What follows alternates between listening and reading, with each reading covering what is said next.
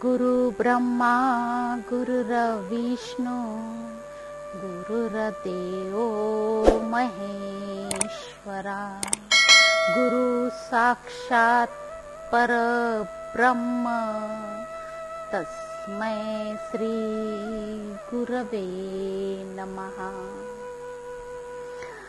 सद्गुरु के चरणों में आत्मवंदन करते हुए हम देखेंगे ज्ञानेश्वरी की अगली जो 22 नंबर की ओवी है वो देखेंगे।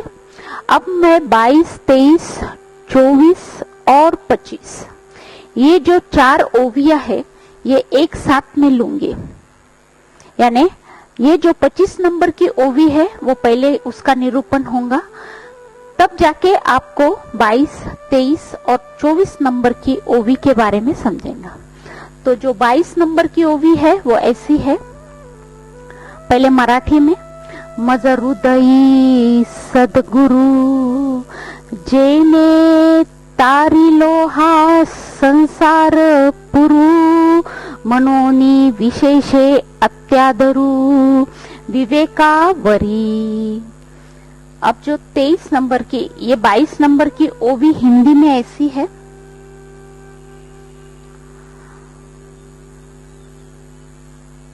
मेरे हृदयस्थ सद्गुरु पार किया संसार सागरु विशेष अत्यादरु विवेक बोध में। इस ओवी का अर्थ ऐसा है, मेरे हृदय में निवास करने वाले सद्गुरु जिनकी कृपा से विवेक बोध से मैं संसार महापुर से उत्तीर्ण हुआ, अतः मेरी विवेक के प्रति विशेष रुचि उत्पन्न हुई। 23 नंबर की ओवी मराठी में।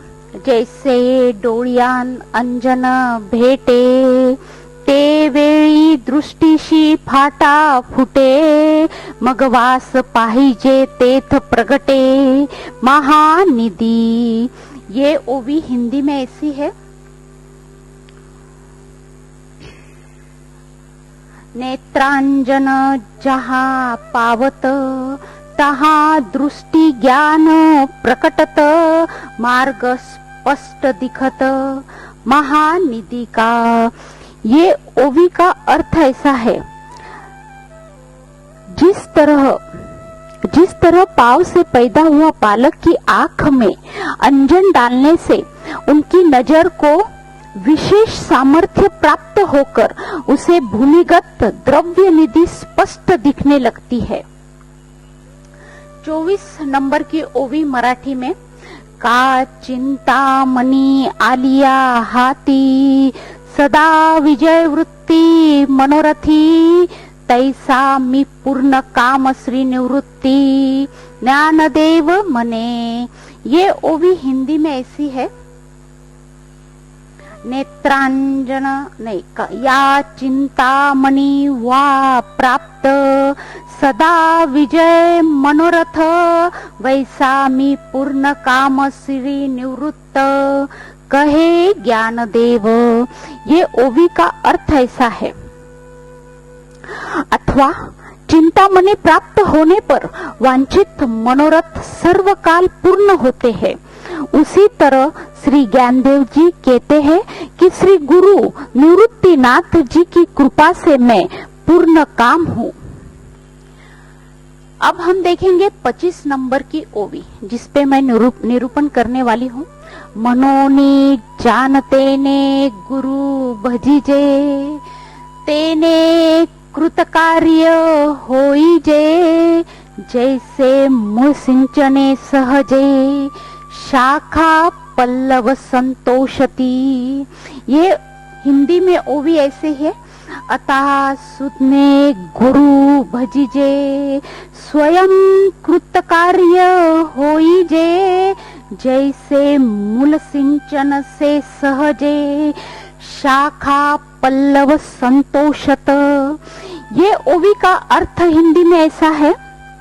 इसीलिए श्री ज्ञानदेव जी कहते हैं कि वृक्ष की जड़ को पानी से सिंचने से जिस प्रकार शाखा पल्लव अपने आप तुष्ट पुष्ट होते हैं, उसी प्रकार जो शून्य है उन्होंने गुरु की सेवा करके कृतकृत्य होना चाहिए, ऐसे ज्ञानदेव जी ने कहा है।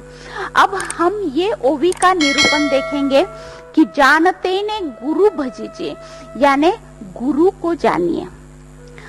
अब सही मायने में हमने कभी गुरु को जानने की कोशिश की नहीं की। हम जिनकी आज्ञा मानते हैं, उनका पालन करते हैं, क्या सही मायने में वो सद्गुरु है, गुरु है? कभी हमने जानने की कोशिश नहीं की। इसलिए ज्ञानदेव जी ने ये ओवी सामने रखी है कि गुरु को जानिए। तो आज हम देखेंगे गुरु और सद्गुरु में क्या फर्क होता है। जान के देखिए, समझ के देखिए, और ये जो आगे हमारे जिंदगी में कब सद्गुरु मिले, कब वो सामने आए, तो उनको कैसे पहचानना चाहिए, ये ओवी में ज्ञानदेव जी ने हमें दर्शाया है। तो गुरु हम देखते हैं, गुरु और सद्गुरु का फर्क।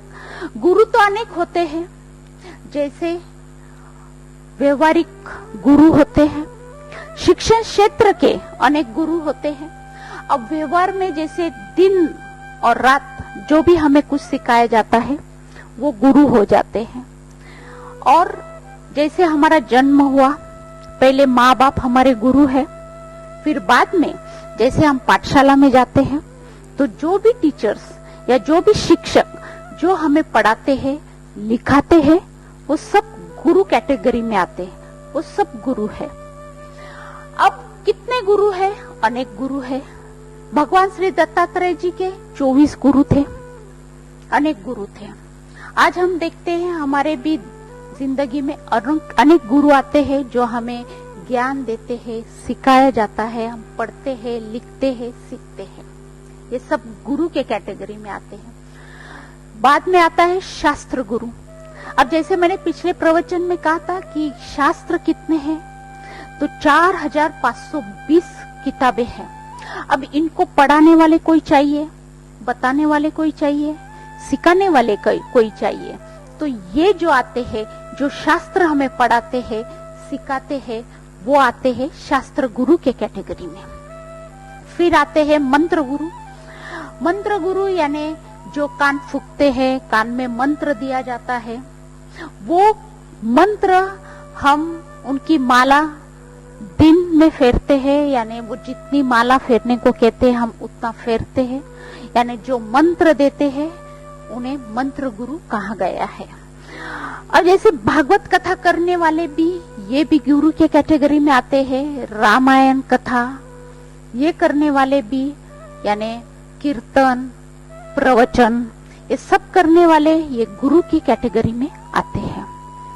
अब क्या हो गया? कर्मकांड मार्ग। अब ये जो भागवतकार है, ये जो महापंडित जो है, इन्होंने क्या किया, हमें कर्मकांड मार्ग बताया, और वो बताना भी जरूरी है। जैसे उन्होंने पूजा पद्धति के बारे में बताया, फिर उन्होंने अभिषेक कैसे करना वो सिखाया, होम हवन कैसे करना वो सिखाया।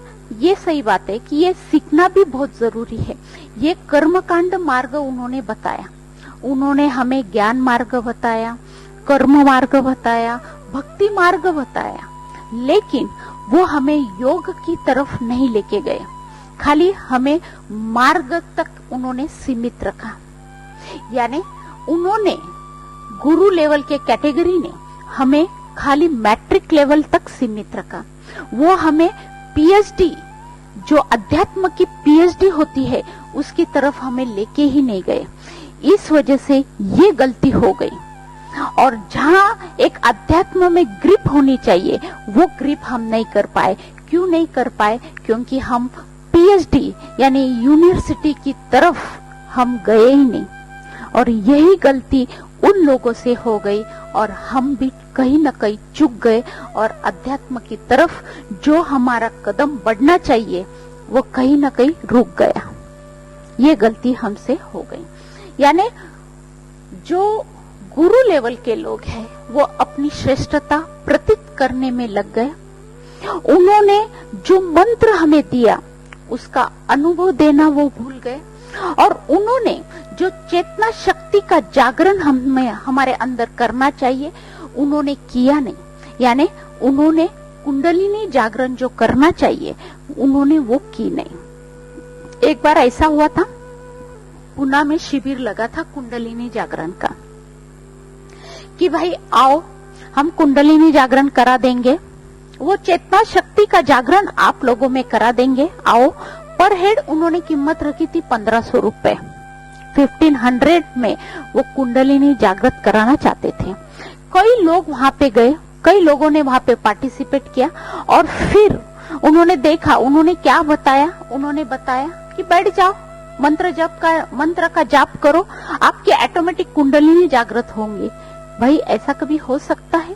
कुंडलिनी ऐसे ही जागृत थोड़ी हो सकती है, उसको एक शक्तिपात करना जरूरी है। ये लोगों ने बताया ही नहीं, ये लोगों ने बताया कि कई साल लगेंगे, खाली मंत्र जाप करो आपकी कुंडलिनी ऐसे ही जागृत हो जाएंगी। तो नहीं, ये कहीं न कहीं हमें गुमराह कर रहे हैं ये लोग, तो इसको समझिए। इसलिए ज्ञानेश्वर जी ने ये ओवी डाली है, जानते ने गुरु भजीजे तेने कृत कार्य होइजे, कि आप समझ के लो गुरु और सदगुरु में क्या फर्क है। अब ये जो गुरु के कैटेगरी के जो लोग हैं, इनके पास शिष्यों की भरमार होती है, ये करते हैं, इनमें थोड़ा कहीं न कहीं विकार की जागृति होती है, ये विकार इनमें पनपते हैं, लेकिन ये कहीं न कहीं एक अच्छा काम भी करते हैं। कोई कोई ही जो भागवतकार कथा करने वाले महापंडित लोग हैं, ये कहीं ना कहीं कुछ अच्छा काम ऐसा करते हैं कि वो कहीं ना कहीं हॉस्पिटल्स, कहीं मेडिकल कॉलेजेस निकालते हैं। ये कहीं ना कहीं अच्छी बात भी होती है, कहीं कहीं आश्रम खोलते हैं, लोगों को कहीं ना कहीं अध्यात्म की तरफ बढ़ाने का काम करते हैं, ये अच्छी बात है। लेकिन कर्म कांड के मार्ग तक ही ये लोग सीमित रखते हैं, ये कहीं ना कहीं गलत हो गया है। फिर ये वेशभूषा धारण करते हैं, ये सादे कपड़ों में नहीं रहते हैं। वेशभूषा कैसी धारण करते हैं? तो संतों के जैसी, जो तुकाराम जी ने की थी वैसे करते हैं, जो ज्ञानेश्वर जी ने की थी वैसे करते हैं। कई संतों की वो वेशभूषा धारण करते और खुद को वैसे ही समझना चालू कर देते हैं। लेकिन खाली वैसे ही समझने से, वेशभूषा धारण करने से आदमी संत नहीं हो सकता। तो उसके लिए उनके जैसे ही गुण, उनके जैसे ही स्वभाव और उनके जैसे ही ज्ञान को प्राप्त करना बहुत जरूरी है। तो ही कई ये गुरु लेवल के लोग सदगुरु बन सकते हैं। तो हमने इनको समझना बहुत जरूरी है कि गुरु और सदगुरु में क्या फर्क हो सकता है। इस पे तुकाराम जी जो महान संत हो गए हैं महाराष्ट्र के, उन्होंने बहुत अच्छा एक अभंग में उनके कहा है, न होती ते संत करिता कवित्व संता चैनी आप्त, न होती ते संत। बहुत अच्छे से कहा है कि खाली कविता करने से, खाली कोई दोहा देने से, खाली कोई अभंग देने से कोई संत नहीं हो सकता है। तो संत के लिए क्या होना चाहिए, ऐसे वो बता रहे हैं। उन्होंने नेक्स्ट दोहा में कहा है, एथे नाही वेश सरते आड नाव, निवडे घाव डाव व्हावा अंगी। यानी खाली अंग में वेशभूषा धारण से कोई संत नहीं हो सकता है। अपने अंग में ही वैसा होना चाहिए, अपने शरीर में ही वो गुण आने चाहिए। ऐसे बहुत अच्छे से संत तुकाराम जी ने कहा है।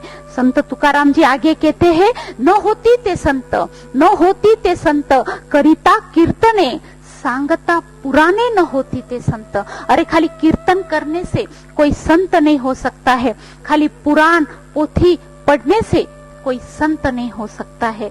बहुत अच्छे से कहा है, न होती ते संत करिता तीर्थाटने सेविलिया वने न होती ते संत।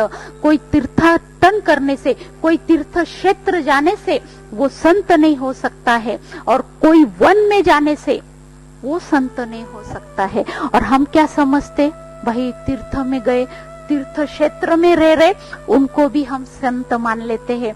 और जो सेविलिया वने, जो वन में जाके कोई तप करता है, तो भी हम उनको क्या समझते हैं कि भाई ये बहुत पहुंचे हुए महापंडित है, ये तो संत है। तो संत तुकाराम जी कहते हैं वो कोई संत नहीं है। तो तुका म्हणे नाही निरसला देह, तुकाराम जी आगे कह रहे, तुका म्हणे नाही निरसला देह तो वरी अवघे ये संसारिक। यानी कितनी अच्छी ओवी उन्होंने डाले कि जब तक वो देह का निरसन नहीं होता है, जब तक परमाणु माइक है अमाई नहीं हुए हैं, जब तक परमाणु सड़ रहे हैं, जब तक परमाणु झीज रहे हैं, जब तक परमाणु गल रहे हैं और जब तक परमाणु